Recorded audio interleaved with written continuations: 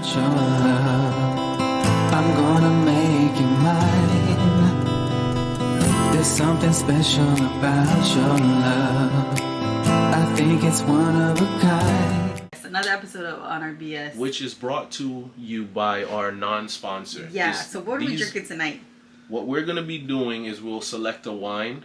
Of course, if we ever do in the future get sponsored, we will absolutely tell you that. But we're picking wines. Yeah. We're not, we try to tend to stay, we'd love to start trying like $100 bottles of wine and this and that. But for right now, we're trying to budget. We stick to, we're regular people. We stick to. Yeah, 12, 15, 9, 7 if you're at BJ's. But if we fancy, we doing some 1999 wines, Yeah, so this one. What is the most expensive wine you've ever had? Like, purchased for yourself? A bottle, or are we talking about? A bottle. I think when I was single, it was like $29.99, and I felt like Seriously? a baller. Yeah. I mean, if you're gonna count like the champagnes, then it would have to be like the. Or something like that.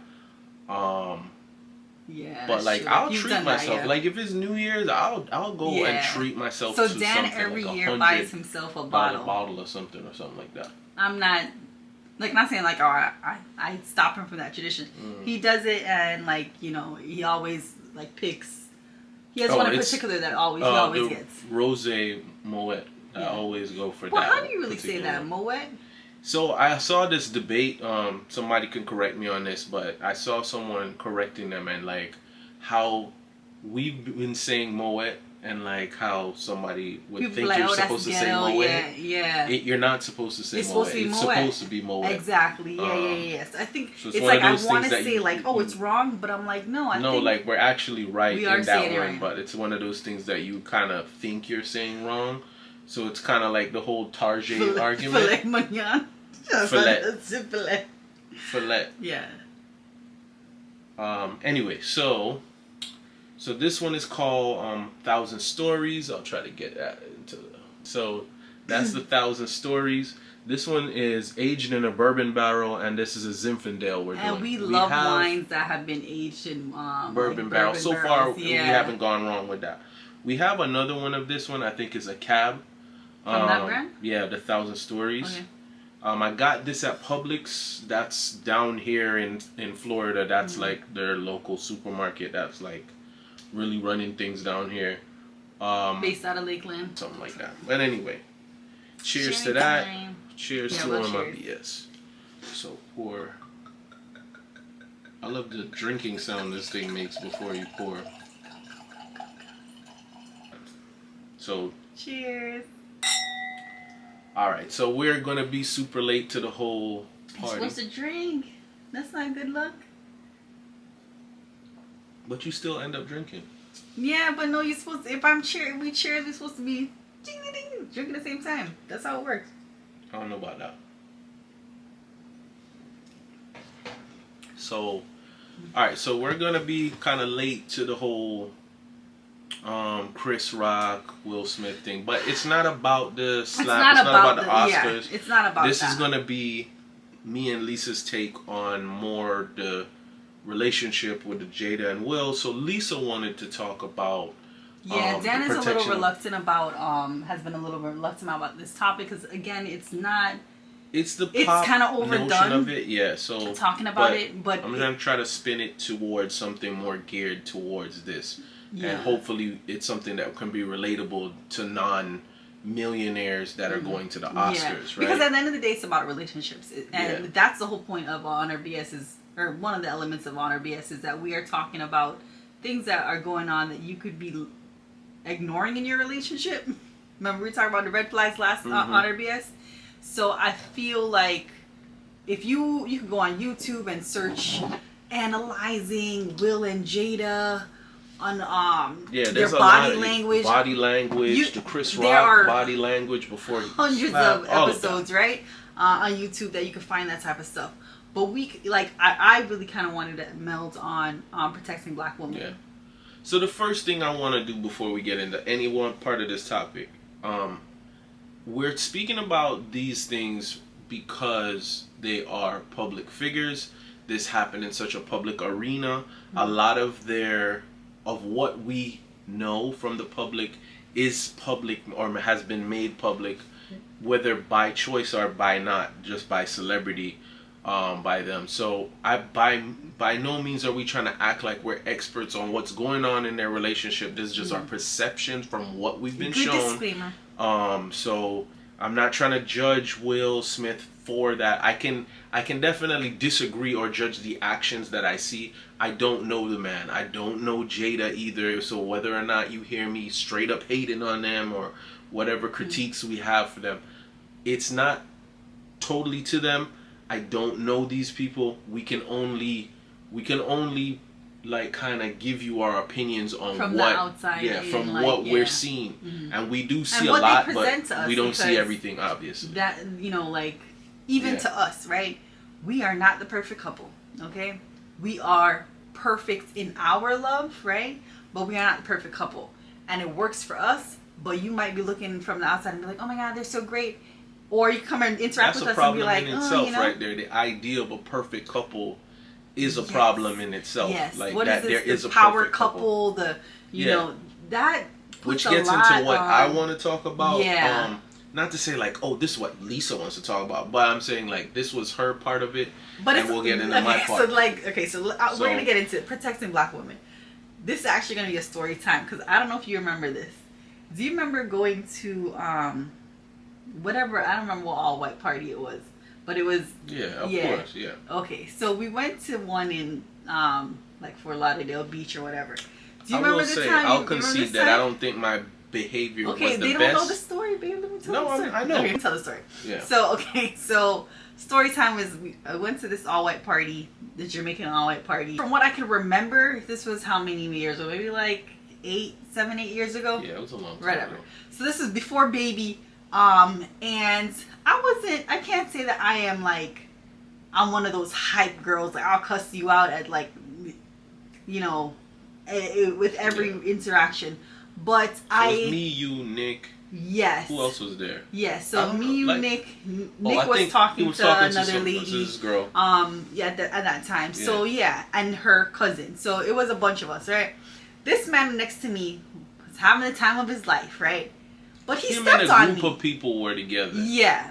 Yes. And but you were kind of interacting over on this side, so you didn't see it happen. I was standing kind of on this side next to them, and I don't think I was in their way, but I was kind of like closer to their side of the table. Though. It was one of those things where it wasn't leaving a table. They were like in a circle, and people do this whether they go to a Disney park, whether they go to a party, they go to the club.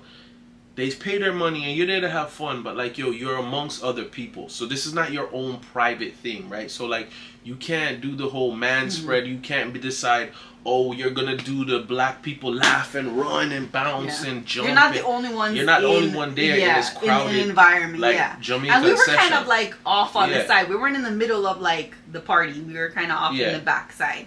But whatever happens is the man stepped on me. And it was a tall guy. And I remember looking up at him and saying, you know, you just stepped on me, right? And expecting him to respond and be like, oh, I'm so sorry, I never noticed.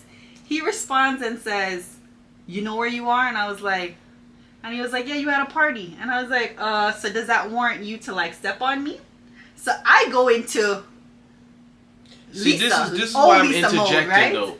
Because the thing is, this is not exactly, see, Lisa's not remembering this entirely correct though. Okay. So this is the problem. So that happens, right? And that what Lisa's jumping to, she's fast forwarding past a part of it, which is I don't realize that this has happened, right? Mm-hmm. So I think he's just bouncing into her. So I try to go over to the other side, not knowing they've already had this like conversation and interaction. No. So yes, I'll tell you why. I'm going to tell you what triggered you to go off on him. So I go over like and get in between and kind of do the whole man elbow kind of spread out thing. Okay. So dude was trying to now act tough with me, and I'm like, bro, I'm not trying to act tough. You clearly had an interaction let me interject. At that point, right? Now, okay, because I'm recalling this now. So now Dan has now put himself in between the two of us. And me, because of my mouth and how I'm like, oh no, you gonna hear my mouth. I'm there feeling like, now you're putting me on mute. Right? Yeah, which is something I keep saying, like, yo, when you tell somebody to calm down when they're hyped up, like, you should be able to still have your partner tell you, like, yo, chill, right? But when somebody tells you to calm down and do that in the middle of your like rage, it's not gonna help. Remember that point. But I don't know all of this like physical step on. I think it's like a bouncing thing. So I'm like, okay, let me do the body language kind of check thing. And I think I bounced into one of their people, but not like I didn't shoulder check. It wasn't an obnoxious like tit for tat. It was kind of like I'm standing my ground and they bounced into me. But unlike with Lisa, I'm not gonna give. So when they bounce into me, they kind of get like a little bit more like, yo, you hit into something more solid than that, right? So dude start doing some extra foolishness or whatever, right? And Lisa starts kind of getting into him, and I'm like, yo, chill, like, but I'm like, yo, calm down. I'm like, yo, Bridget, it's nothing, which is only hyping me more, yo, and she's kind of getting angry at me, but not realizing like, yo, you haven't explained to me the story is that this dude is doing more than bouncing on you. He stepped on you. He explained to him like, yo, my dude, you stepped on me. And yo, him taking it to the next level, like basically doubling down, like, so you're there a party. I never know none of this. I look like the a-hole now, telling the man like, dog, I know nothing. It's not. So what I grasp when it's too late is that no, he must think like I'm like punking out to him now, right? So him do some little like fake rah-rah tough guy thing to her while I'm trying to hold back Lisa. Nick is like, my boy Nick now is like, yo, what the F is going on, which right? I'm like, yeah, because this is the first time. What's going on with Lisa? This is the first time first time we gone out? No, this is not the first time. But like first time like maybe we've gone to like as a group with like Nick and whatever. So he's like, yo, what's up? And I'm like, yo, chill. You're not even giving me the chance to know what's up, right? So I'm not blaming Lisa for that, but like in retrospect, if I had known it had happened like that, there would have been a different vibe instead of trying to play like, oh, okay, we just bounced into each other, because that's initially what I thought happened. So I didn't really get why Lisa was as upset as... So dude made some kind of like stupid gesture behind my back and act like he was gonna act like he must have said something that I didn't hear, like, yo, something like, yo, that's your man or something, to the extent of like, yo, I'll spit on you or some shit, and did like one of those kind of things behind my back. So that enrages Lisa, but we don't know that. So I'm like, yo, and I start kind of like pushing Lisa this way. Let's go over here. Let's get away from over there. I'm gone, And but see, this is the thing, right? Like, rather than do that, this is where I'm like, yo, communicate. But okay, so there was a point, a pivotal point, where then you caught up and caught grasp of what happened. I don't know. But it was way too late, because by the time I started to do that, I wanted to go back over there. And you're like, no, don't. Yes, and then at that point, but no, you said something to him. And then I explained kind of a little bit after. He said something to you. No, I said to him, like, I said, yo, Bregin. He didn't say anything to me. He was just kind of staring at me like... But what I realized now, looking back, is he must have thought you told me what happened. And now I'm coming over there to check him. So when I come over and I'm like, yo, chill, bro, is nothing. He must think like, oh, this punking out now. So I'm turn up now and turn into super gangster mode. If you bump into a lady, bro, and she starts to wild on you, you don't need to go to the next extreme with her. With a woman, right? Yeah. So, like, there's no physical contact. She didn't start wilding out until you decided to take it there. We all went to a party to have a good time. I never go to a party like, yo, I'm gonna roll up my sleeves. I'm ready to fight, right? I'm ready to fight. I wish somebody would. We like, ducking, just we stay bucking, home. we ready to fight. No. No, Yeah. like, yo, we went to go have a good time. And if you were trying to communicate, like, all right, sis, like, yo, calm down, it's a party, and she took that the wrong way, that would be different. But it was like you kind of doubled down on it. And the only thing I could say is the communication should have been better. Because if, like, I remember one time... But there was something that he said to you that then now you turned and... You ready to by the fight, time when you got happened. hyped about it, then I heard something and I was like, yo. Yeah. I turned, I'm like, yo, bro, Sorry. I told you to chill, right? I told you it's nothing. I told you to chill. She's getting hype, and then I hear you now agitating the situation when I'm trying to calm down the situation. So, yeah, she don't, she doesn't need to get a hype, Dan knows but that, you like, I'm usually clearly not are that, now the problem. Yeah. Because if I had known what happened from the jump, I would have nudged Nick and I've been like, yo, Nick, that brother, step on Lisa. Lisa said to him, yo, my guy, you stepped on my foot or whatever. And then him kind of tried to, like, double down and, like, why I said you're a punk is because you like, why are you going to do that with a female? Like, if I did that, like, okay, you're unnecessarily aggressive. But, like, why would a woman tells you, like, and the worst thing is, it's not like you disagree that you did it. Yeah. You're just like, he was he was okay with it. So yes. So then it went from, like, me being enraged to Dan then being enraged, and then me being uncomfortable with the possible outcome, physical outcome that it felt like was gonna happen. So when Dan was like, oh, no, let me fix this now, when I had a chance to kind of verbalize to him, like, exactly what happened, because he was still kind of like... But this is something that guys talk about, too. Because I've talked about this with friends where we're like, yo, if you're going to let me know what happened, don't let me know what happened, like, years later. I'm exaggerating in that party situation. But I have a friend, right, that was like,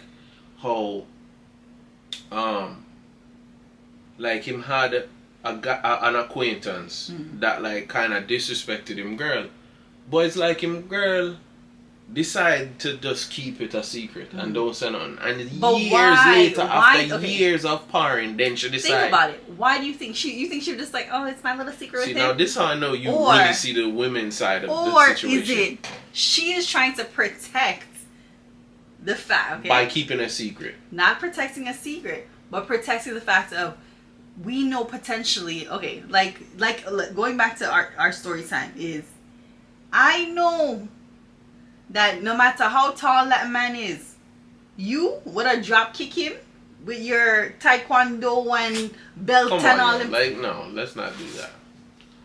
Okay. No. All right. I know my husband's, you might look at him and be like, oh, he, whatever. You doubt what he can do?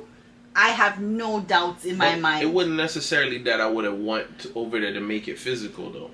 But that's how I felt, right?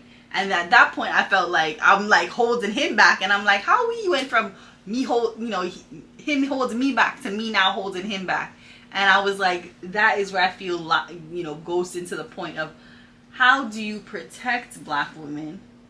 Okay, because we know for a fact that black women feel not protected in their relationships, in the workplace, in the school system, in so many elements of life. We feel like we're not being protected, but then we're like, yo, we protect black men, right? But we feel like as black women that we're not being, like, held up to, these, like, high standards, and like, oh, we love black men and all. Well, we do what we can is the simplest answer that we you can think say. So? It's like no, we obviously have flaws. I'm saying, how do you do it is you do what you can, because there's going to be... But that's what you're defining it as. Because, like I said, in that situation, I felt like you were protecting me, but how you... Okay, because, like, Will Smith, he felt he was protecting his wife. And she looking at him like, I never expected you to protect me that way. I don't want you to protect me that way. So is that something that people should be communicating in a relationship? That's my issue, though. Like, and this gets into the problem where, like, from my perception, I feel like he thought that was a cue to protect her, and she didn't see it as a cue to protect her. Okay. Right? I think I've told you this. My perception was like his whole like draw to the to playing King Richard was the protector. Like I've heard this for years. I remember that the reunion of Fresh Prince when he had gotten in an argument with the original Aunt Viv, the one that everybody like, no disrespect to light skinned Aunt Viv, but everybody loved the original Aunt Viv, right? And why she ended up not on the show or whatever was because some argument and something, and I remember him using this like protect her. I needed to protect you argument, and it boils back to when I heard him talking about his memoir or whatever that was written about how he always felt a way about not being able to protect his mom from like abuses. And I'm not gonna speak on that because I just speaking on what I heard in NPR. I didn't read his book. I definitely wasn't there. So, but actually, on the same note with after the incident, is the mother was like she didn't feel like he should have done it in that manner. So she understands that her daughter-in-law is a woman, as a black woman, and felt, how she might know more about her. But I think it was more than that. I think there's an insecurity to his situation. So he applied all of these things swirling together with all the other previous like embarrassments out there and stabs in the internet and all of us doing our part. Making these laughs and memes and all those stuff. Of course, and then the red table, like like emasculation, that happened to him, like he, like that, all of that swirled up. This became his moment to like kind of get all that frustration out, because and it was a camel. Like I said, I'm not gonna really go into that, but I felt like it wasn't necessarily an act like I'm choosing this stage to do it.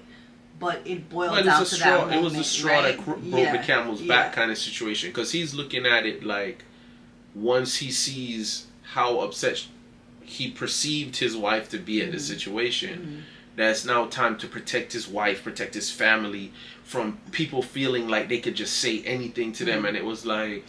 And can I tell you... The most benign joke in retrospect. Can I tell you, in our relationship, right, for us, right...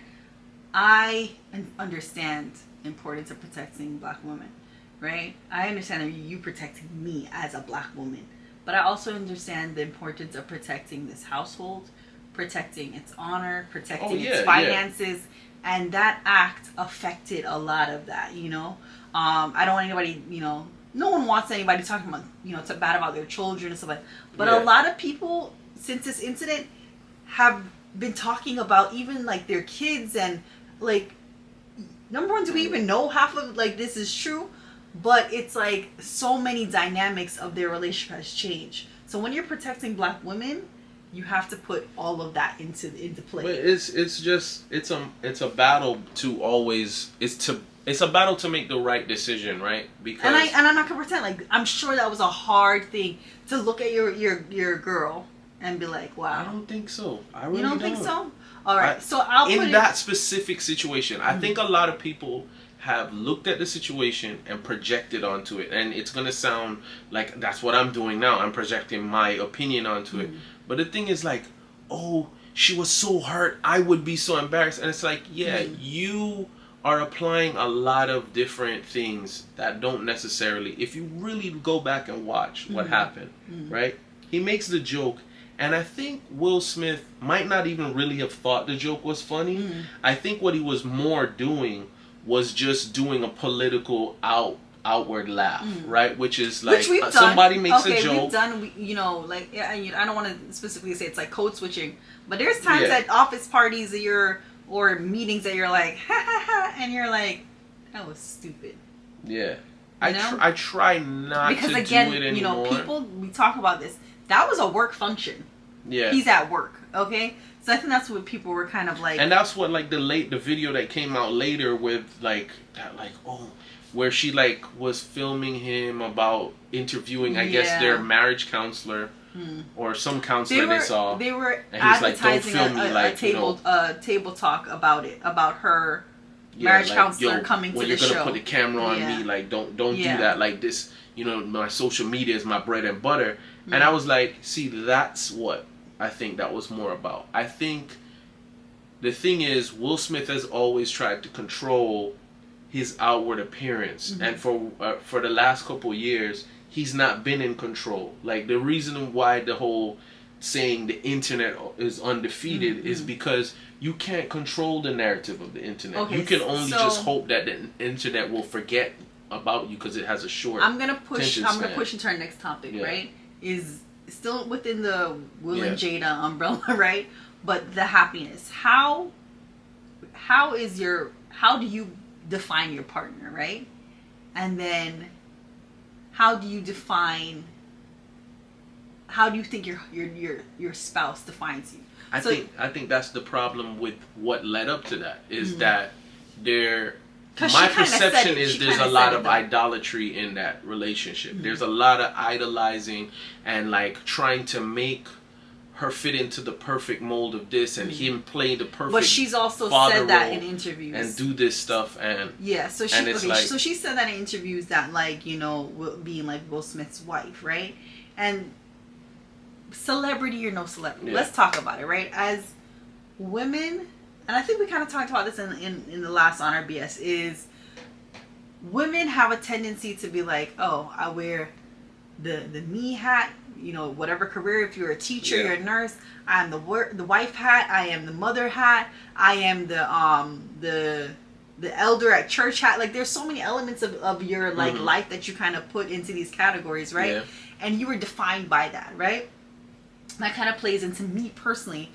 I am a nurse. Okay, you could take away my job, you could take away everything, my license. You can't take away that unless I'm killing people or whatever. But you know how things going nowadays, right? But I am that, and I'm still nursing my family. I'm still taking care of that. But so much of myself was being defined by, I won't say the hospital, but the last hospital I worked at. I felt like I worked at another hospital before that, and when I got to that last hospital, I defined myself by that, right? It became me. Like, I am a blank nurse. I work at this hospital, and don't tell me nothing because I work like what there. I'm gonna say, but like I feel like that also was inherited because you got that from your dad. Your dad worked there. He was a lifer there as like, when I say lifer, like he ended up doing numerous a majority family of his members. years. Remember, numerous family members work there, and family friends work there. There's a pressure and to make a like. But that defined me, right? And so when you think about happiness, and this is something that I'm tagging from what Jada said is her happiness. She felt like she had to find herself. Okay. And it's like, why is that? Like, what happens in relationships where you feel that you, like, remember we were talking about last time, losing yourself, right? So I define myself as a mother, right?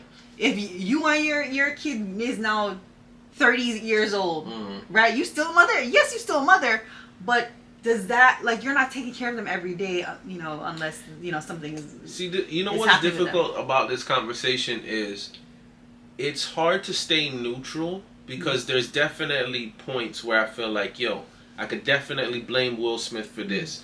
I can say, if I'm going to just put my criticism out there, like, this is, the culmination of Will Smith trying to control the narrative of, like, this, like, perfect, like, always, like, the perfect, like, black man, like, I don't curse in my music, I don't do this. A lot of men, couples do that, though. The power couple, they define that narrative. Like, were you running for president? Like, you've almost, like, ran a campaign with your career, right?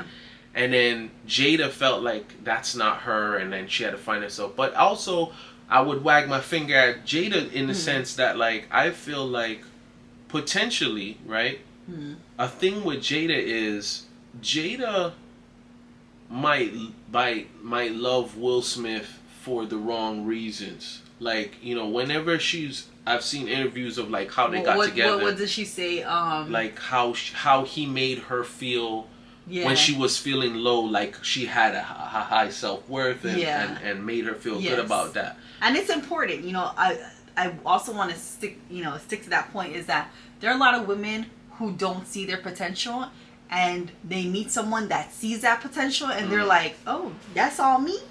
So he kind of helped to mold her to what she is. But again, all right, so when she lost herself, my problem with what you're saying with what she is like, when she lost herself because she didn't get married to him as a nobody. Yeah, she got married to him as Jada Pinkett. Jada Pinkett Smith was like, oh, you got married to Will Smith. Mm. She was never really like, obviously Will Smith is a mega superstar, right? But you can't act like this is not his kids that's like are like drowning in his shadow, right? So when she stopped acting in movies, maybe she's getting shipped bull BS roles and blah blah blah, but she decided that she was going to fall back, right? She decided, she wanted to play, because you could go play the roles. Do we know that? We don't know that. From perception, obviously. Yeah, that's what I'm saying. But like, it could have been something, because I've also met... Because like, what are we implying then? That like, Will's like, yo, no, you can't play that role, and look blah, blah, blah? Comment below. How many times have you heard, women or men have heard, where a man will be like, yo, I want to take care of you. You stay at home. Like, for me, I'm like, I want to stay at home. But there are men that are like, will meet a woman and they're like, oh, I want you to stay home. I can only go off of what I've heard, and I've never heard her say like, Will Smith has told her, stop pursuing your happiness with like, you were an actor before that. I mean, you were an actress before that. You were doing stuff before Will Smith. Yeah. And like, you don't have to be on the level of superstar Will Smith is, but you could go do whatever you want now. You clearly not worried about finances anymore. You could go the acting route on Broadway. You could go do indie movies. You could do whatever you want to do. So the thing is, like their kids, you could pursue whatever you want, and you probably even gonna get slid like a little further up, like it's like why people mad at T.I. right now. It's like, I thought about it and I was like, I've never really seen rappers get mad at like a comic who tries to put out like a music album. I remember when what's his name? And like, dude was like on top of the world, and then he signed with like a rapper? I mean a comedian? Man, what's his name? Little short dude, the perm. Oh, Cat Williams. Cat Williams was on top of the world. Then at some point he like signed with like it wasn't Bird Gang. It wasn't specifically Jim Jones. It was like he signed with like the Diplomats, right? And it was like, I don't remember any rapper being like, yo, this dude about to get on but like I see the same thing with comics getting mad at him, like kind of using his like T.I., the music star status. So he really is doing the stand-up thing? Doing stand-up, right? And it's like... I just heard he was heckling somebody that he didn't like, and this woman was like, I don't know why you're like... No, so, alright, real quick with that, what happened was she must have been on stage telling a story. And the thing with comics is you have to have thick skin. You have to have thick skin. Yeah. Don't think you're going to go up there and make jokes, but then you're going to have the same attitude you have towards, like, rap beefs where it's like, yo, don't say nothing, don't call my name and speak on... It's jokes, right? Yeah.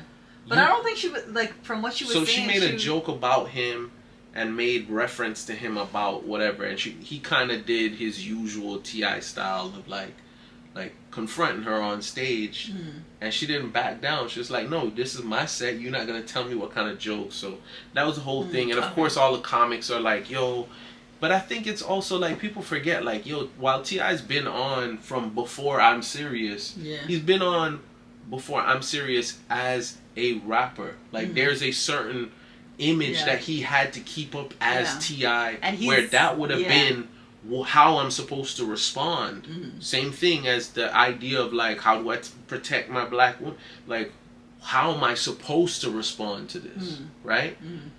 Now he's in a totally different lane where like people are looking at him full circle with the whole like Will and Chris Rock smack thing. It's like, bro, this is a joke. And all comedians kind of like unified behind Chris Rock from my perception, because they're like, bro, no matter what I say, like I've gone to roasts where people have said things, crazy things about, insane things, and I have to sit there and laugh, or I do find the humor in what they're saying. So for you to feel that touchy about it and decide this was the moment to try and, because your wife made kind of gave you the stink eye, or when the joke came out, like initially people are like, yo, Will Smith's a hypocrite because he laughed at the joke. I think Will Smith could have seriously been just like leaning forward. Oh, he mentioned me. I know the cameras are on me, so I'm gonna laugh and clap. I'm not even hearing the joke. Yeah. Kind of like with battle rap, where I tell you like, I'm not gonna sit down and listen to every word you say to me, right? Because I gotta remember my material. Because you're kind of also on autopilot, trying to remember. If I see the crowd reacting, I'm like, yo, what did he say? He said something about Chef Boyardee. Okay, I might try to find something to say something about two hands, something to counter that line. But I'm not listening to everything you're saying. I'm just kind of trying to roll with the punches and try to make it seem like, oh, that didn't really affect me. So the whole getting back to like the protecting of black women, the thing is, I'll tell a quick story. It's like, you can't protect your queen in a manner that she does not see fit. Okay, all right. So that's but how do you know that? How do you know that? Or Jamaican people, you can't champion somebody else's fight. You can't champion somebody else's argument, right? Yes. And so I'll get into what happened to me one time with an ex of mine, right? So we were at a party, and Lisa's heard this story like more than once. We were coming from actually like I want to say like Juve or one of them parties or something like that, right? Juve is like to those who have no idea what I'm talking about, it's like a paint party. Where they play like a lot of soca music. So I'm only going there to wet up people and throw paint, because I can't stand soca music, right? So anyway, we're leaving the party, and this guy, whether I'm find her attractive or whatever, he's trying to holler at her, right? Whether he feels this is like last call, I'm gonna try to holler, whatever. So he's doing his thing, trying to talk to her, and we're walking, and she's doing the very like uptown Jamaican girl thing, which is like kind of ignoring him as he's talking. Trying to be nice. Trying to be nice. So I'm here, she's here, and the guy's over here, and he's like, yo, excuse me, yo, blah blah blah blah, and I'm trying to be nice, like at first, and say like, yo, Bridget, chill, it's my girl, bro, like, because I'm not like just gonna fly off the handle like, oh my god, like, yo, if we're at a party, right, and I step to the bathroom and I see a guy try to approach you right now, I'm not gonna immediately go to this like, yo, this is fighting words and it's time to duke it out. Like, yo, we went somewhere where there are single people potentially, right?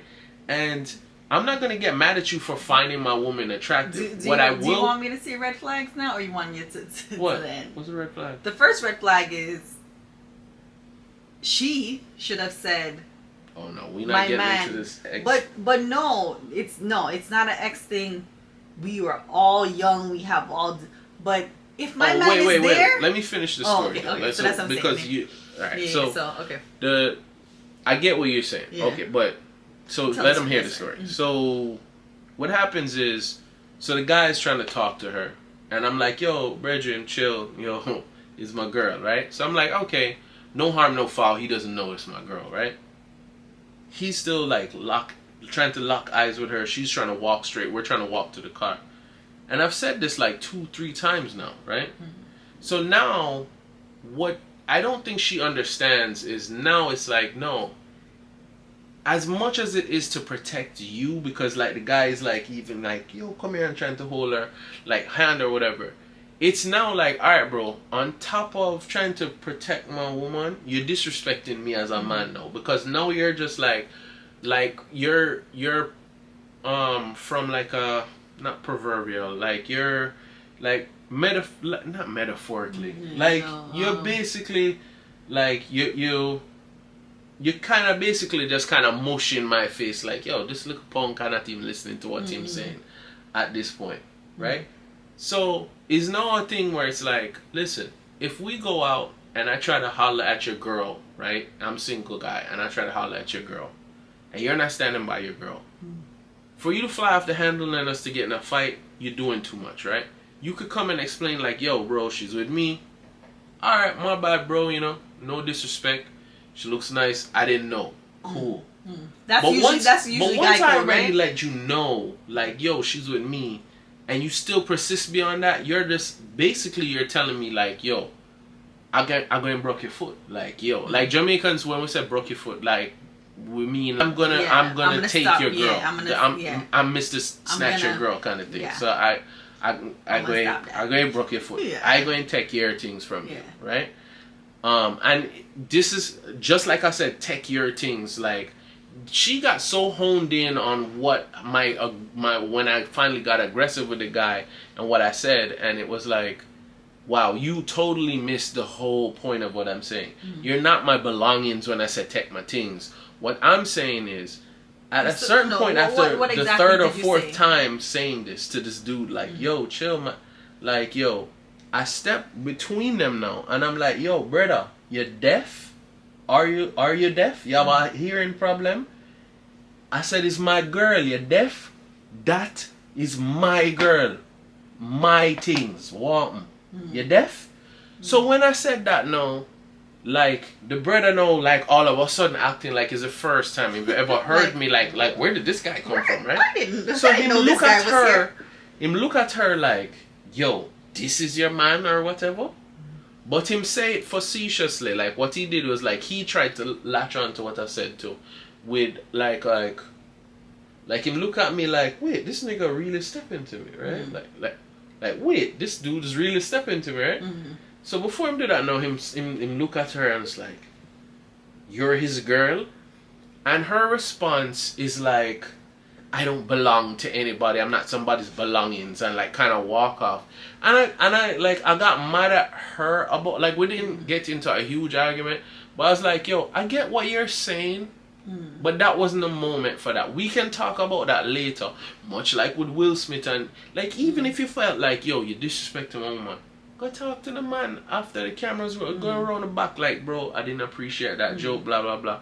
And you could have had a moment where you could have stepped back out and said like, yo guys, you know, earlier I made a comment, I was just trying to play around, but I wasn't aware of, because it's come out now that Chris Rock said he didn't even know about the alopecia thing. So that makes it even worse now. He thought this was just a style that she was doing with the whole like shaved head thing. So it was a joke that he could have.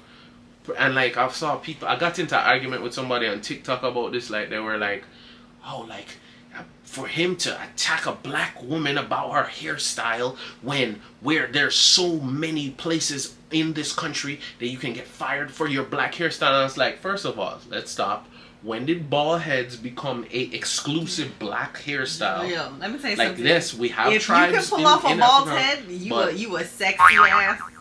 No, but it's not that. But like, what does that have to do with like, specifically? But look at Kim, right? If he would have said something like that with Kim, what do you think Kim would have done? She would have been like, yes, you know, like. I don't feel like there was disrespect in it, but I'm not going to. Yeah, the joke was just like, like, oh, you got a bald head. Yeah. It wasn't like, yeah, alopecia, bro. Like, and it wasn't, and it definitely was not, you got black people here joke. So I didn't really get how people took it to that extreme. Again, I felt like people were projecting their own like issues into that whole thing. But getting back to the story I was telling was like, the problem that I had. Can I ask you a question though? Yeah, go ahead. All right. In that situation, right? Yeah. Do you feel it was all about protecting her? Protecting your woman? No, as I said, you at that point, that there was something that you were like, wait, it's more. It was not. It was more. Run the tape back. Yeah. I said it was about protecting her in a sense that like, dude was persisting, and I was trying to stop. I was trying to stop him, but I totally acknowledge that it had now become another issue altogether. An issue where he was disrespecting me as a man too, because I'm telling you, like, bro, I told you nicely, like, yo, chill, you know, it's my girl, bro, and you're kind of like I guess metaphorically, like, kind of just mushing me to the side, like, step out my way, little brother, like, yo, let me, you know, like, so it's like, now you're disrespecting me as a man, you know what I mean? Like, I don't care if you're you're Shaq, you're The Rock. If like, one of them dudes come try to talk to you and I'm like, yo, chill, bro, she's married or whatever. Respect me as a man. It's not like, yo, I gotta be scared of this little 5'8" dude, 5'7" right, dude. okay. Like, nah, Respect bro. me as a man. Okay, so then that leads me into my next question is, just like black women need to be protected, That might have been what that was about. Does the black man need to be protected? Of course, but... Okay. In that situation, do you feel that the black man wasn't being protected? Yes. And it's not like I'm like, oh, this is all Jada's fault, right? But the situation not was... Not the Jada, I'm talking about your story time. Do you feel like you weren't being protected? But it's in the same manner, because the thing is, just like how what happened, your story, the thing is, when I flew off the handle, it was time for you now to go into like, yo, don't do that. Yeah, you're because not thinking this logically. can end up into being an arrest situation. This is not the situation that you want to do. So about the Will and Jada. So the Will and Jada thing was... I don't know what happened, but I'm going to tell you, in my nice pretty gown, I would have been on the floor pulling you back to come sit down. I will defend her in the fact that I don't know if she knew when he got up that he was going to slap him. What are you doing on the stage? Come here. No, Lisa, you can't do that, because the thing is, in her defense, I don't think anyone in there knew that he was going to slap Chris Rock except Will Smith. But it no matter what, you getting on stage is embarrassing. Because the whole thing... but the whole thing was... Remember, he's already a public image. So I don't really know if it was going to be embarrassing, if it was just like a little like play around and try to... Because... Everybody, I remember when people thought... he could have gone on stage and been like... Yeah, like, remember when initially people were getting on Chris Rock like, oh, it's fake. Yo, who puts their hands behind their back to get slapped? And I was like, because he's not expecting... himself, and he was also kind of controlled. I think he didn't expect that he was going to slap him. Oh, you mean prior to, yeah. Like, so what happens is, when he's walking up, you even hear Chris Rock say... Uh-oh, here comes Richard joking around.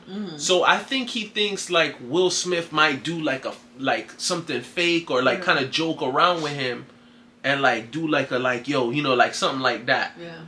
I'm Muhammad Ali. Yeah, like do something like that. You know what I mean? Play around with him, and then he just like hauls off and like sucker slaps him, like which is probably the biggest punk move you can make. Like, dude is way smaller than you. And he's not expecting you. It's not like he knows you're coming up there to rough him up. So that whole thing was like that. I will defend her in the fact that I don't think she knew that was what he's going to do. But her body language and her reaction to it happening showed me like it was more about like, I'm going to stay poised. I'm not going to... Like, there were people consoling him, and I was like, yo, you didn't even get up and be like, yo, Will, what are you doing? Like, yo, you got to go up there and make this right or something. At that point, we didn't see it. At that point, I'm gonna say like maybe she was embarrassed and she was like, yeah, but guess what though? When he did that and he came and sat back down and he screams to keep my wife's name out your mouth, right? You're now retracting. You're now retracting into self. So you're saying she's embarrassed. Right? She is embarrassed. But you're not worried about him embarrassing himself. Him embarrassing. About him embarrassing the family. And us. As a unit. Yes. You're worried about, it's about self-preservation of Jada. Yes. That's a problem. And that's where he needed to be protected as well. He made an ass out of himself. It was a jackass move. But like, everybody's going to make a mistake at some point. And that's where he could have been protected. He could have been like, yo, that's not the right move. You got to go make this right. Like, yo, if they allow you to stay and give this speech, don't get up there and do what you did, which is like, life imitating art. So, like, what are you talking about, like, bro? In that, why didn't you apologize right then and there? Yeah. So again, we're talking about this being a work function, right? We know that these events go on for hours, right? At no point you felt like, sometimes it's like, yo, wait till we get home to talk about it. Regretted it though.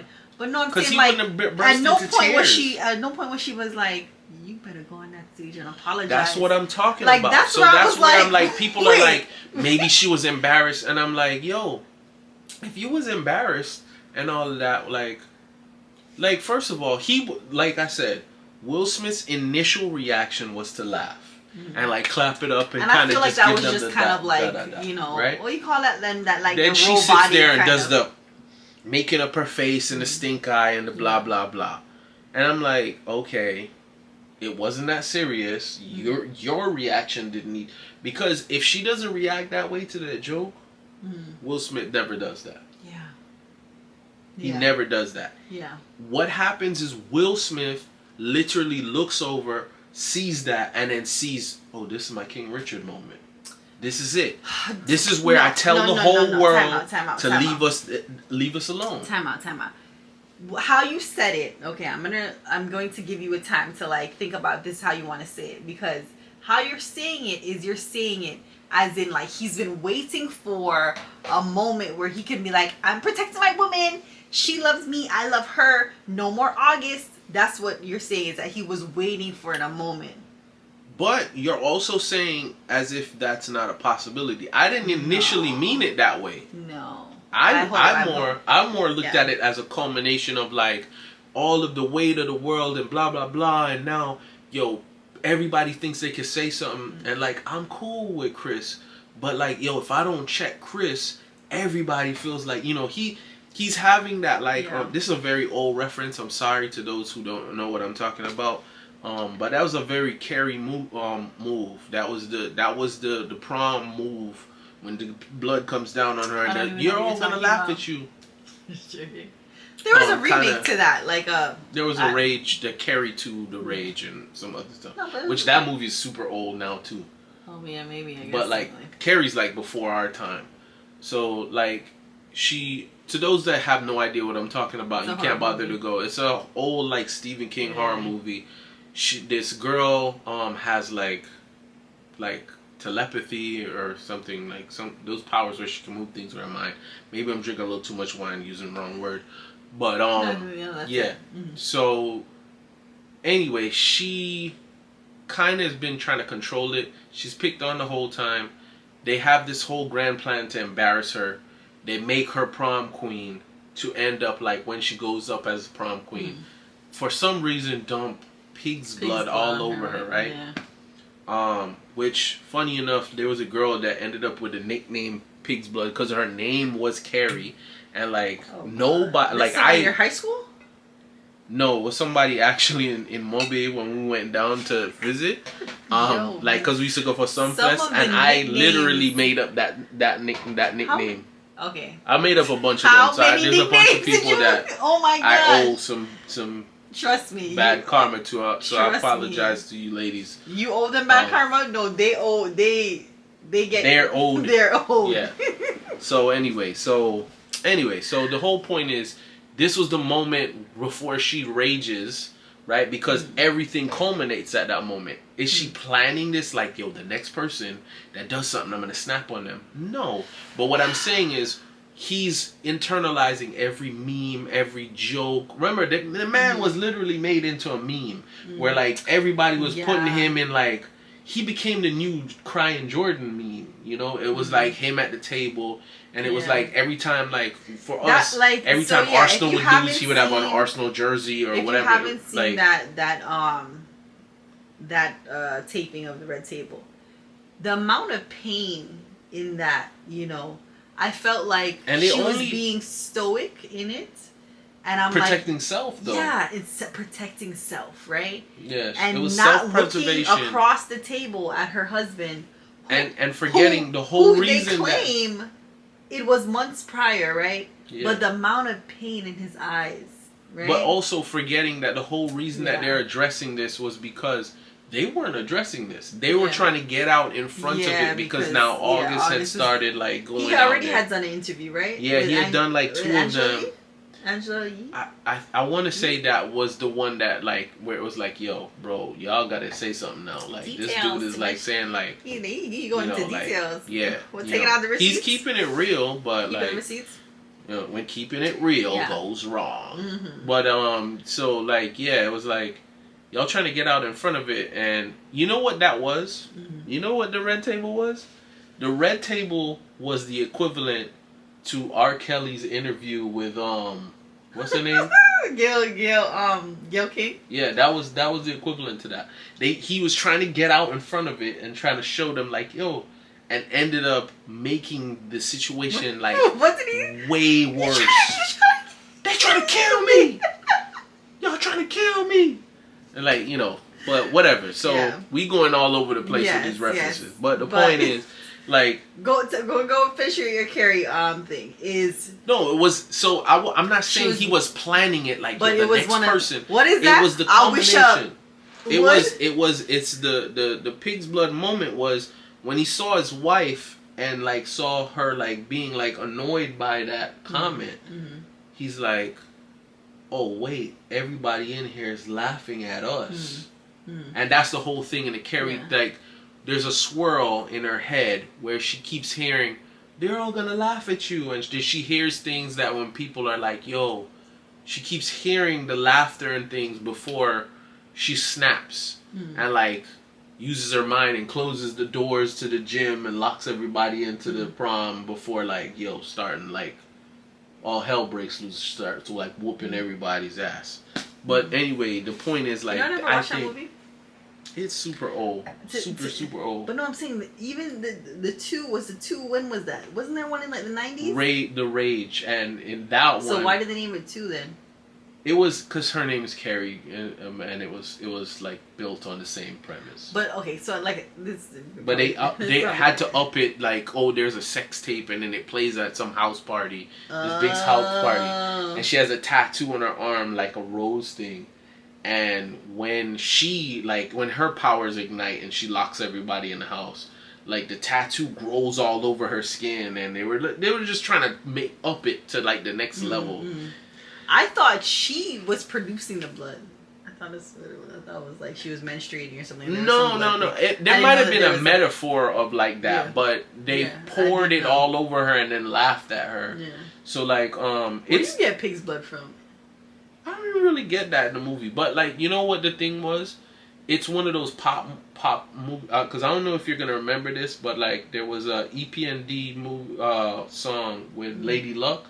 And they all act out like different parts of like horror movies. So Lady Luck was Carrie. Like in her part, she was like drenched in blood, and she was supposed to be Carrie. So it's like kind of one of those like iconic The Shining, like the two twins and tricycle moments. Like you're like, yo, even if I don't watch a movie, I know it. But anyway, tying it back to what I'm saying, I don't necessarily say it was like a planned thing on Will Smith. I think it was more that common that like instead of him doing what he would have normally did and just laughing it off, when he saw his wife's reaction to the joke, it's not like she looked at him like, Will, you better go up there and defend me, right? But he thought in his head like, okay, I am defending. I'm gonna defend her now. I am man. I defend. You know, Which I don't want to belittle him for that, but it was a warped perception, and but it was a wrong moment. again, let's go back to that. Protects me, your black woman, right? Yeah. Is it at all costs? No, because now if you go and run and protect me, right, and you get shot in protecting you, okay, so there was a case. It depends on the level. It depends on the level, because if you're saying am I trying to save your life? Would I take a bullet to save your life? Okay. Yeah. So let's talk about this. This was in Florida, right? The case where the man is inside of the convenience store. Oh, so y'all could watch all these videos. So this is a something can't swim. Yeah. JCS. Yeah. I don't remember. J can't swim? I don't remember if it's Justin, but it's JCS. Yeah. So it's a case where this guy goes into a convenience store, and one of these guys that's one of these like self-proclaimed like I'm gonna be doing like the too much. Yeah, you know, like the neighborhood watch kind of dude, right? Like the wannabe cop dude, right? And the worst thing is it's a black and white. So the guy, the wannabe cop guy, he's white, and it's a black guy. So of course they mix. No, but it's important because the racial element comes up in the story. What the Breakfast Club, when they guess what race it is. Oh yeah. Like, but it's important because I don't initially, after watching the whole thing, I don't think it's a racial thing. And there might be some subtext to like, oh, the fear that he felt. But it's not, I don't think he would have necessarily reacted differently to a white man that did the same thing to him. I disagree. Okay. But I think he was trigger happy, and I think anybody that like kind of did what ended up. So anyway, what ends up happening, you could watch the story for yourself. It's he goes in the store, he leaves his girl and the child in a car. And I guess they're parked in a handicap place or whatever. Handicap parking. But the car is on, idling, and she's in the passenger. So the guy's like circling around the car and being weird like he's a cop, and sees that there's no handicap thing or whatever, and goes kind of and accosts the lady and was like, yo, you know, you're not supposed to be parked here, blah blah blah. The guy comes out. No, he doesn't. We'll continue. They get into the woman comes out of the car. Yeah. It's an SUV. Comes out of the SUV. Well, I'm shortening it. Yeah, there's a more encounter. But what I'm saying is the man is inside the store and now sees his woman outside of the car and is like, yo, what is going on? And he kind of comes out and goes straight out there, pushes past somebody, and just like goes into like, yo, and just chucks the guy on the floor like, yo, like.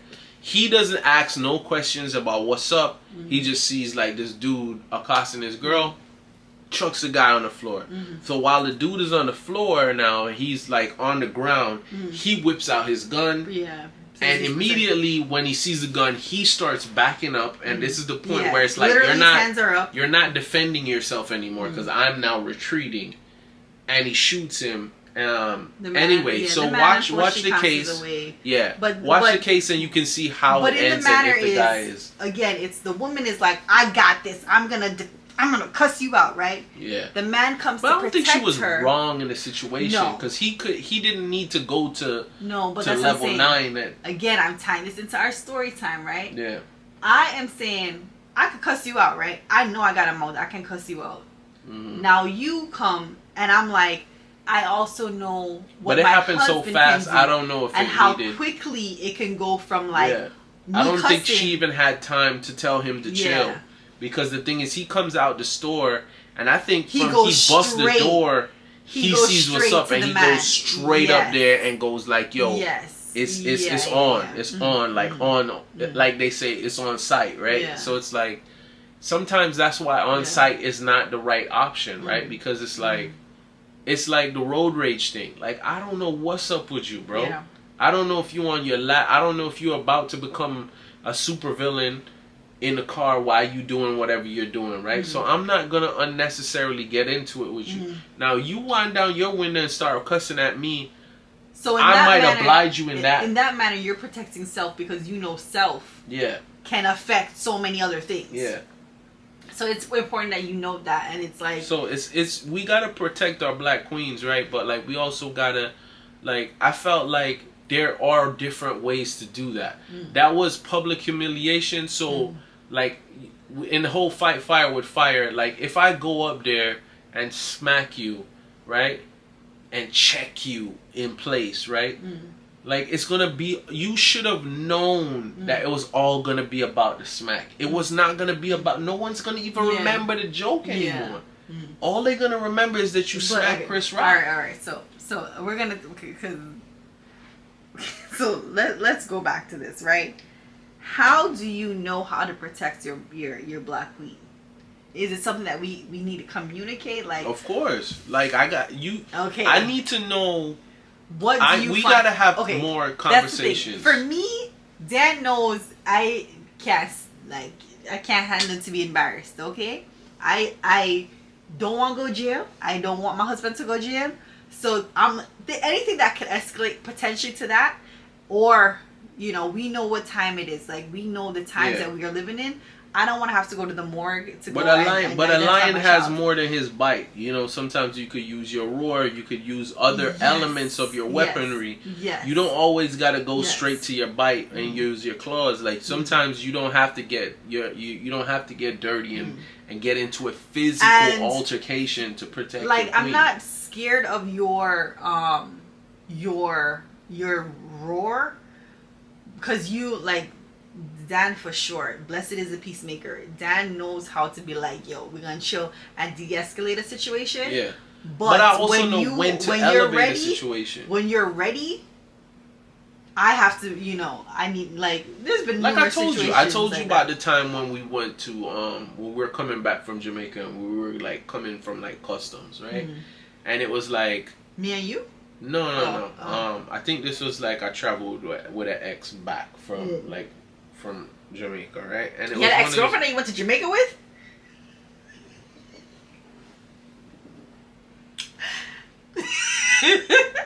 Anyway, and I'm not even gonna go there. Like, yo. So anyway, so we were like in customs, and here is somebody gonna play the whole like, oh, I don't speak the language, so I don't understand lines all of a sudden situation, right? So we're like supposed to be next. No, that was me. They walk past this whole freaking line. I stand up in front of me. Yeah. That was me. Oh, I didn't remember. I just remember the scenario. That was me. I just stood in front of me, and I was like, oh, so I was like, oh, and then I watched all the custom agents that are staring at you, like if you like blow a bubble up, like they're like ready to turn with around guns on you, and right? everything. Yeah, like, yeah. So I'm like, oh, so y'all gonna watch people stand in line for an hour and then watch this person walk to the front of the line and not say anything? And everyone is like, So I'm like, yo, people behind me are getting pissed now, and before they get in a fight, I'm like, okay, so now I'm not gonna get physical with you, but I'm gonna get rowdy. So and he this raised is where his I was voice, like, and I was like, but here's the point of what I'm doing. I'm very careful with what I'm saying, right? So what I do is I always picture like, if they gotta play this back in a court of law, am I explaining myself to the best where they're like, damn, dude said everything he needed to say. So when I don't just fly off the handle and just cuss and just act, do whatever. When you're, when you're living in a situation like this, because of the times, you have to be very Matrix, like slow down and think kind of ahead of like, where can this go? I told you this. I told you when Kellan and whoever siblings, and I'll probably do it with our nephews, I plan on teaching them like... You were about to say training. Yeah, no, training. There's nothing wrong with the word training. Yeah. Training them on interactions with a hostile police officer. That's not saying all police officers are that but knowing how to handle yourself in that situation. Because if you just go into like, oh, you disrespected me and I'm gonna get rah, you're gonna fly off the handle and do the wrong thing, right? And it's a situation where I gotta go, okay, listen, is your body camera on? Yes. Okay. Alright, you're asking me to do what right now? You're asking me, so I'm complying to you, so why are you still yelling at me?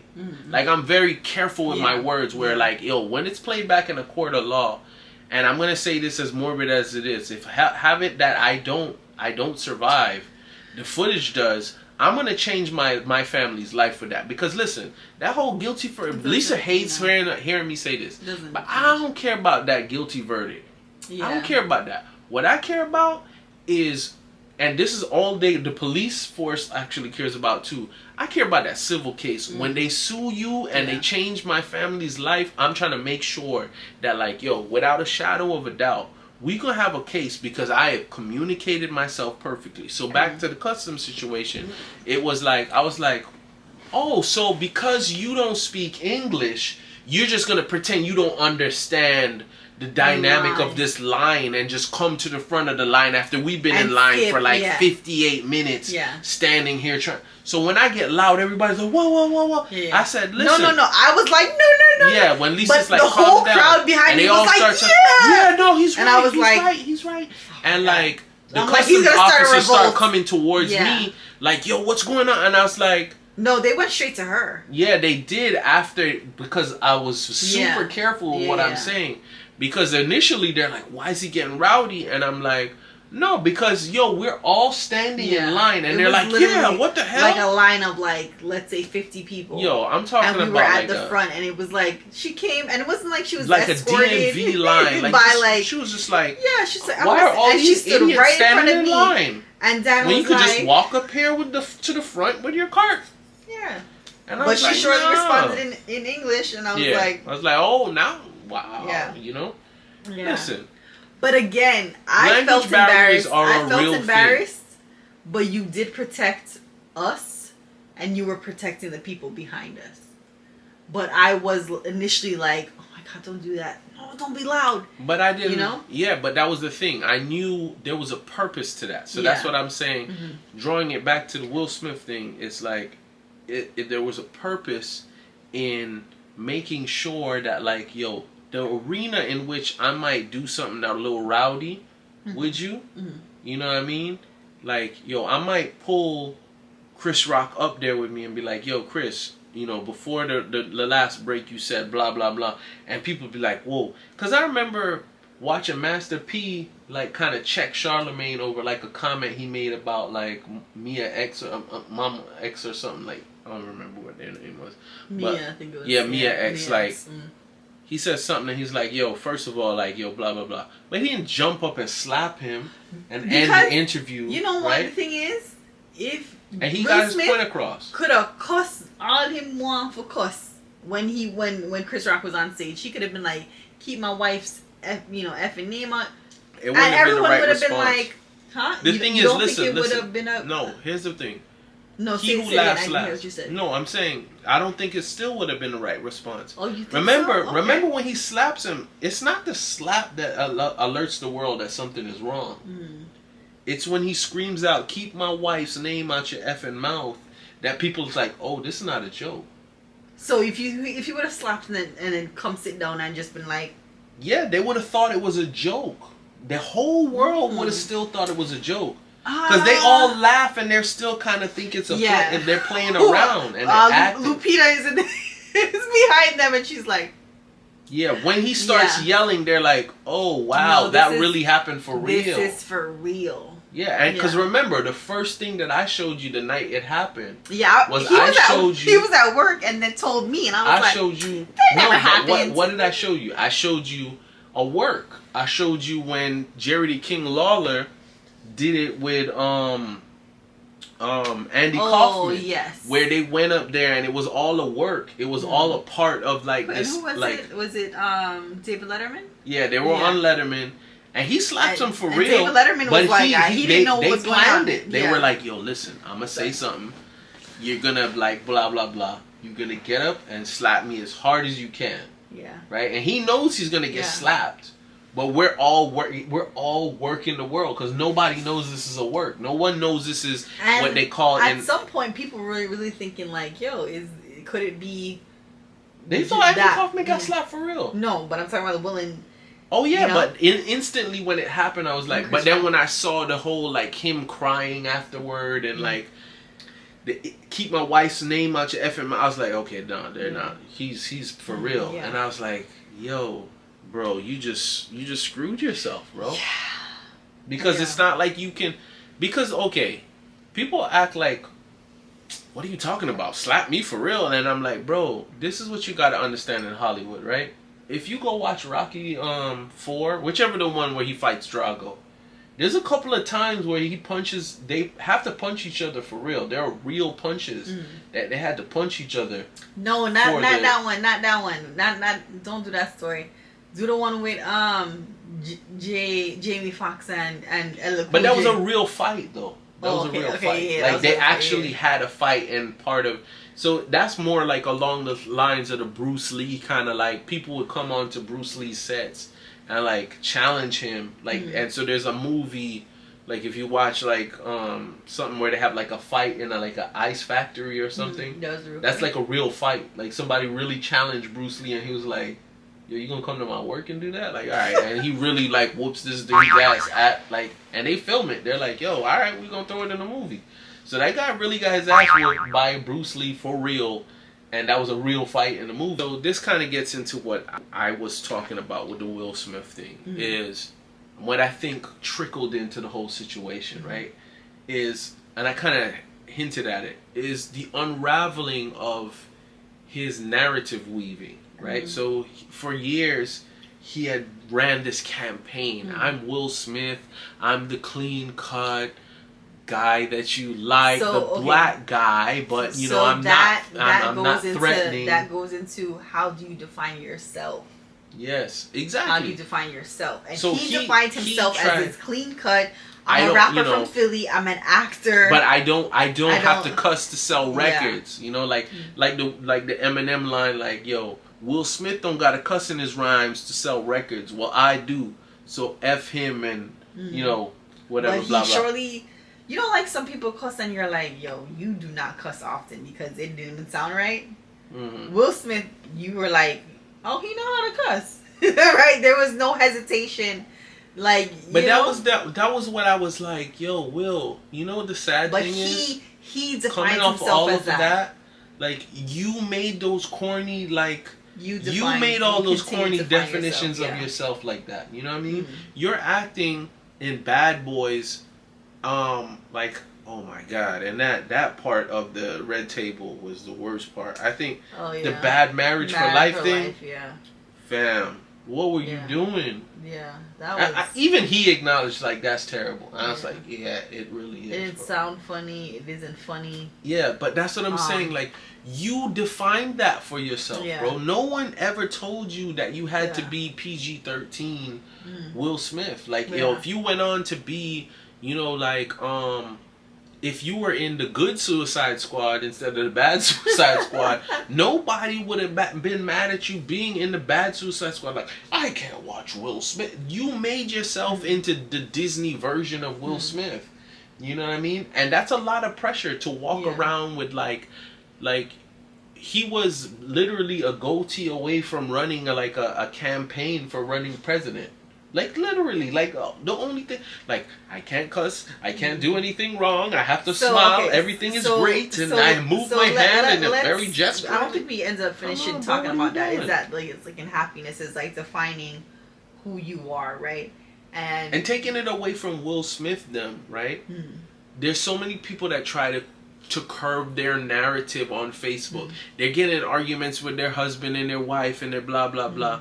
But the one time they go out to dinner, we're at dinner. Dinner's so great on, and people like, and it's like, what do you think people are saying? Social media definitely has Lisa and Dad a way of defining.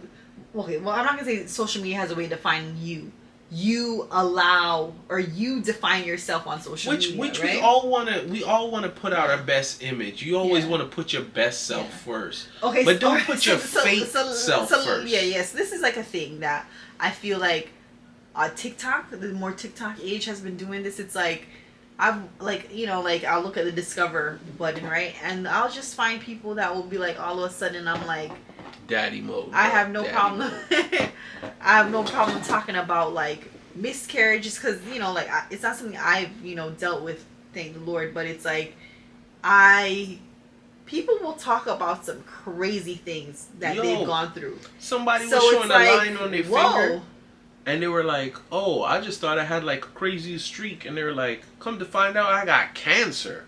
And I was like, wow, bro, what are you doing? Yeah. And then I thought about it, and I was like, yo, you know what? What is that? What is, I feel like it went from defining, like, oh, everything is perfect, yay.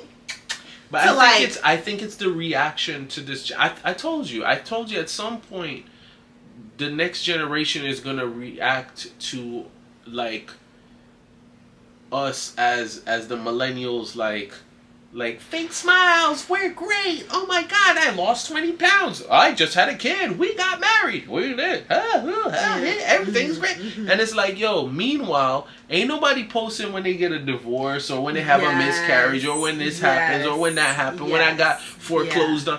Like, and I don't expect you to, right? Yeah. But like, stop acting like that's everything that's great, because you know what you're doing with your feet. So yes, okay. So let's break that down.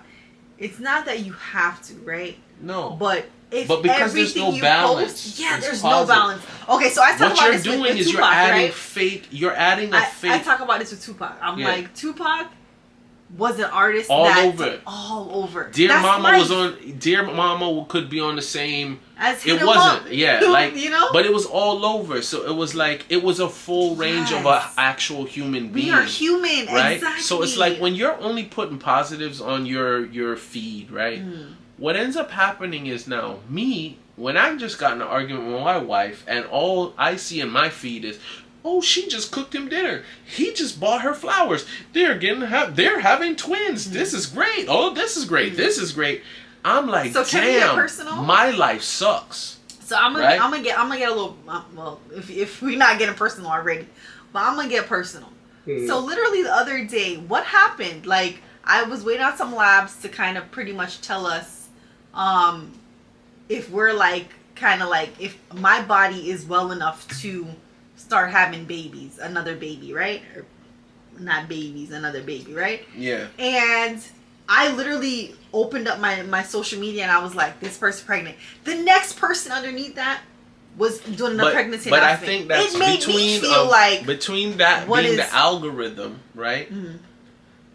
I think it's also that's all I'm gonna share. I'm not gonna come to you when like, yo, I didn't get the promotion or I didn't do this and that. I'm not gonna do none of that. I'm only gonna put out what's positive, right? So I'm not gonna put out the argument where we almost broke up our marriage and decided I'm just gonna talk about how we just went to Key West, had a great time, and came back and we're pregnant. Yeah, we are pregnant, not so, like, you. We did marriage counseling, like premarital counseling, right?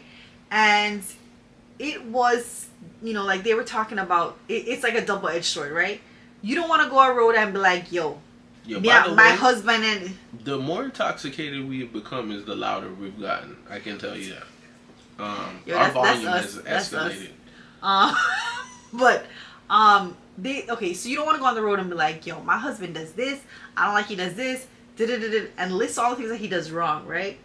But you also don't want to go and like have this like, oh my God, me and my husband, we have sex every night and it is great.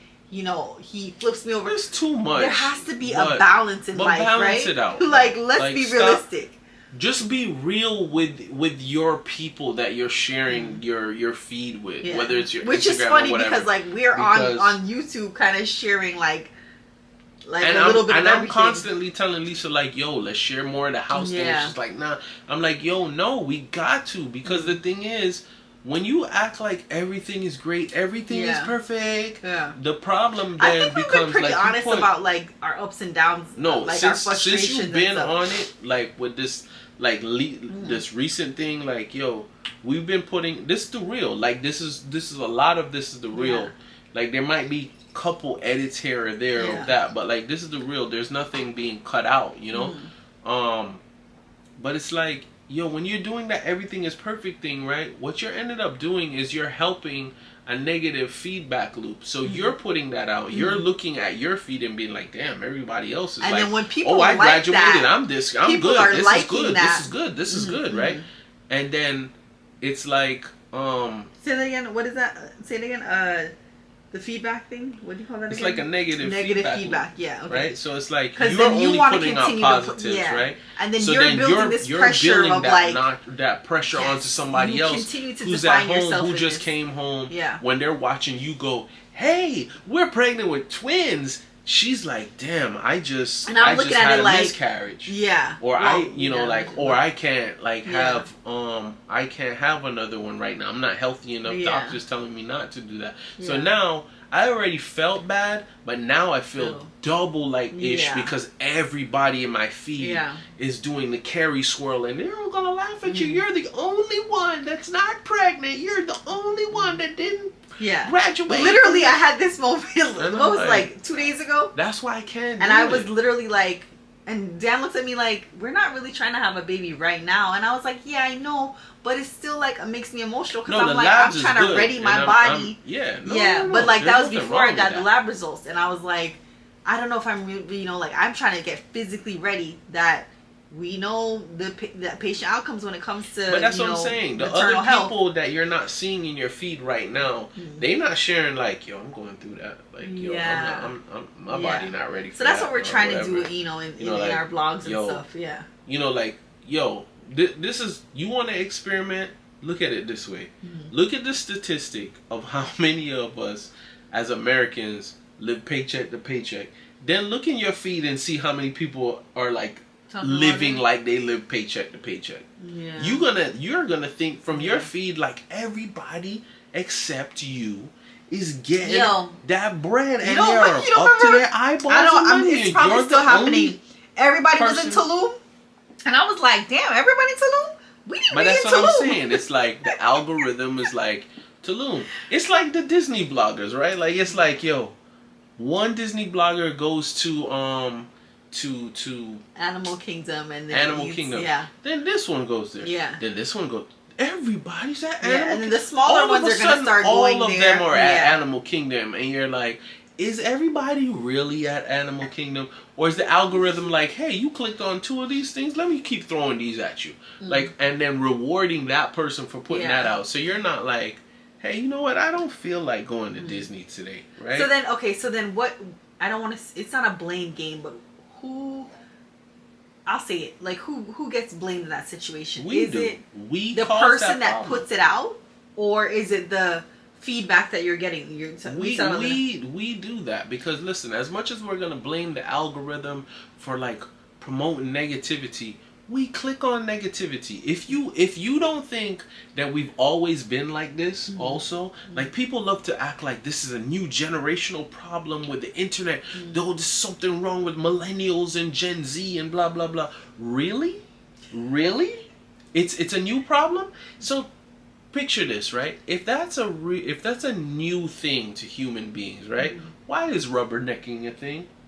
Why is it that if we're on the way to go somewhere, right, there can be an accident, right, on the side of the road. They're no longer blocking the road, but there's going to be traffic for hours. Why? Because everybody got to slow down and look at themselves towards that accident. So you I'm trying to now bring it back. So you're saying that like you feel like, okay, so the algorithm, I wanted to do a video on this too. The Kanye is going to spit out thing, the Kanye and Kim thing.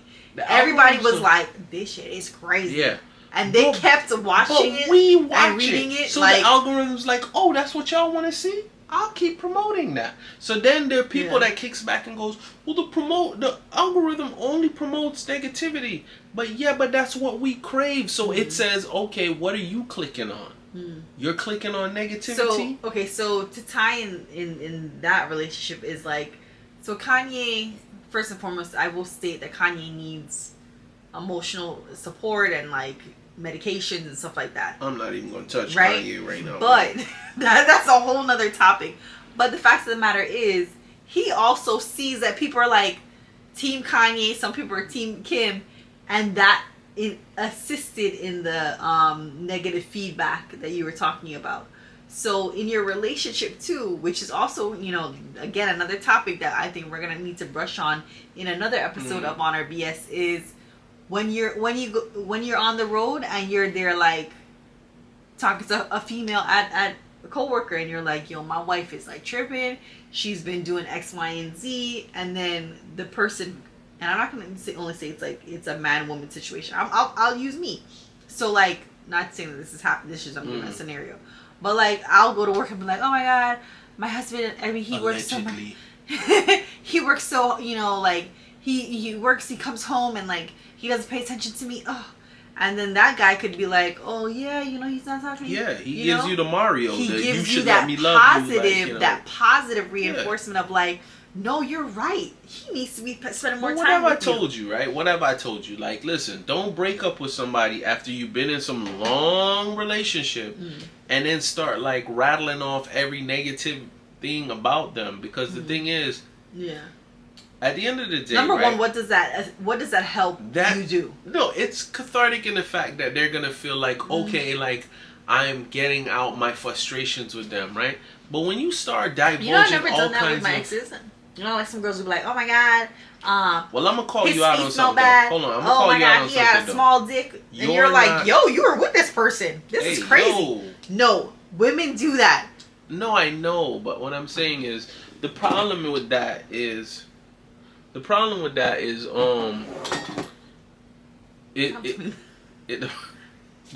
that is that, yo, what happens is you are disrespecting what made that relationship long in the first place. Mm-hmm. So when you're telling me like, yo, I've been with this guy for 10 years and then he was this and his feet stink and this happened and yo, he had no game. He had to work the and worst. I had to pay his car note. So I'm looking at and you. You're like, but you were with this person for that long. Yeah. So what you'd have a problem years? then.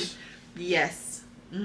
Yes. It took you 10 years to figure out that his penis was small. It took you 10 years to figure out that like he was a bum and he was a this and a that. And I'm not gonna like guys do that shit too. And I'm like, dude, guys again, it took you that long to figure out blah blah blah. Like, so don't disrespect your relationship. It was. And sometimes just because it ends, it doesn't mean it wasn't successful. It's only unsuccessful if you didn't be able to carry something with you. If you didn't learn from... Yeah, you didn't learn something from you. didn't pick up something to move forward So I had some successful past relationships. Because I learned what I didn't want, I learned what I wanted. Yeah. And, you know, we ended up, you know... Exactly. That's what I'm saying. Like, you know, like, okay. Like I always say about a marriage. Like a marriage, right? A marriage that produces... Was there any relationship you felt like you didn't learn something? I'm pretty sure if I think hard enough, I'm like... You didn't learn something? Yeah, because you know what? I can tell you why. Every relationship you're supposed to learn something. Yeah, you're supposed to, but like don't try to shame me because I feel like I did. Like what I'm saying is like... Hush. Because there can be possibly a situation where you're like, I relearned something. And relearning something is important. It's important to you, but at the same time you're like, damn, did I really need to relearn that same lesson again? I didn't.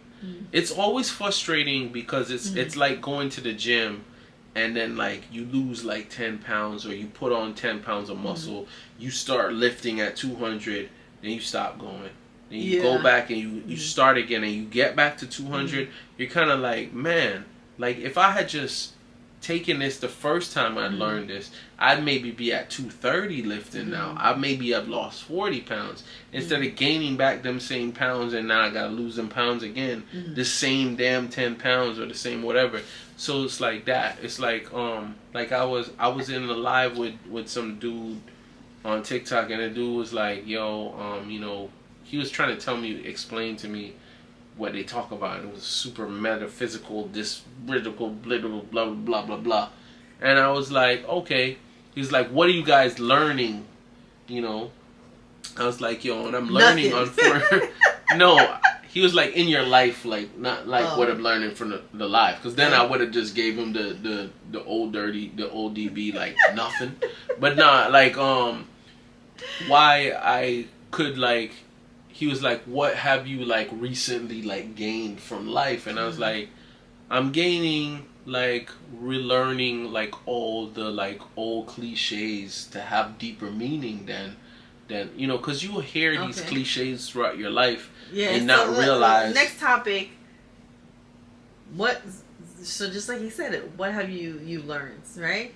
The cliches of life like have much deeper meaning than the phrase itself. Okay, so like everything happens for a reason, right? We say that so much that it loses its meaning, but then when it actually culminates in your life to have like a serious moment. So for us, like, wow, everything really does happen for a reason. So like this, when we started looking for rentals, we weren't expecting to have even the potential to be able to get into a new construction, right? But we're learning so much. I'm gonna link up here. I'm gonna link the video not here, but here, okay? Like, somewhere up here. Listen, don't get confused by Lisa's pointing. It's not gonna be here. It's gonna be here, not here either, or down here. If you go here, you're totally lost, you're gonna be going to Wonka here. Land up here. Here, no, see now she pointed somewhere else. she pointed somewhere else. You will see the link to the last video we're like venting about being in a new construction, which now is like, oh, do I want to live in a new construction? For me, I'm like out. Everything happens for a reason, So because would you have wanted to have bought a new construction to learn what you're learning?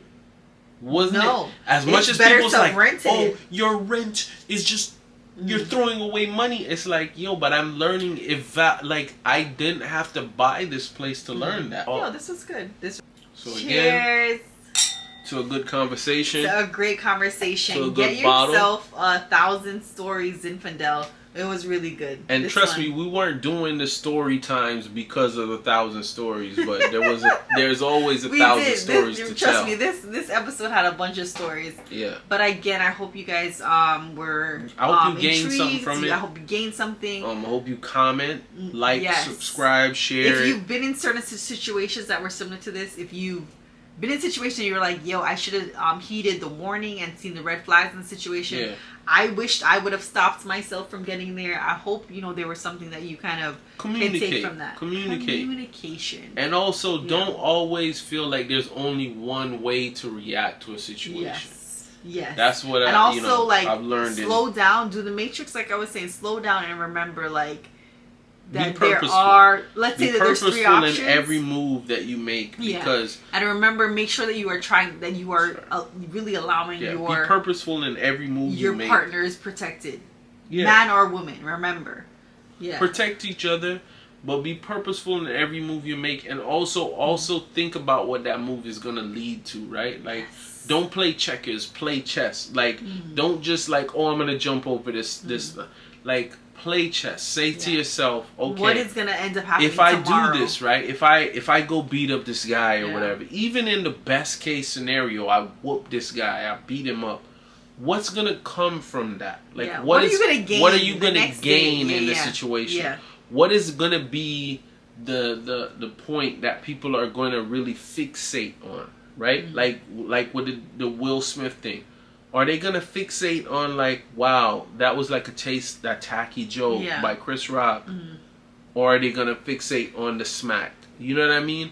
So put yourself in those shoes and learn from what you can learn from and apply that, Just because we're not millionaires at the Oscars, it doesn't mean you can't learn from the situation and learn from somebody else's mistakes and say, wow, like, yo, I learned from that, like, there's another way to react to that. I could have go and talked to him, like, as a king, you know what I mean? Like, as much as they hold King Richard joke, you could have went and talked to him on some, like, Mufasa-like style, like, yo, like, I've always said this about my grandfather to end it on. Like, my grandfather, for every profane thing and how vile I could get with my mouth, my grandfather had a way of making you feel like a certain way with much less like vitriol and use of any he didn't have to use profanity, because it was just the manner and the demeanor of a real king, like a real person of that stature, that cloth. So he didn't have to get to the whole like duking it out in the fisticuffs with you. He just had to ask a certain question in a certain manner with a certain and like, make you feel and like be a man of like, like the whole like King of Zamunda style, like Earl Jones style of like, yo, commanding, like the elephant in the room style, like, yo, I walk in and I can say 4 words and it's more impactful than you draining a diatribe of wording. And so it's just that, like, make sure that whatever you're gonna do is gonna lead to the most advantageous situation for you. You know what I mean? You could swing on dude, right? But is that gonna lead to the outcome that you really want? Yes, remember that. You know what I mean? Like, so go for the outcome you want, not just like the initial like, oh my God, I want to slap this guy right now. So yeah, I think that there were a lot of lessons to be learned in the Will and Jada Will and Chris Rock or Will and Jada situation. That triangle, which is a bad it was situation. A swear because August was in that too. See, I wouldn't. See, I was trying to say like, bro got too many triangles going on. To a good bottle and a good conversation. Yes, good job, guys. Again, peace, love, and happiness. Love, I think it's one of a kind. There's something special about your love. I want it all the time. You will always be my inspiration.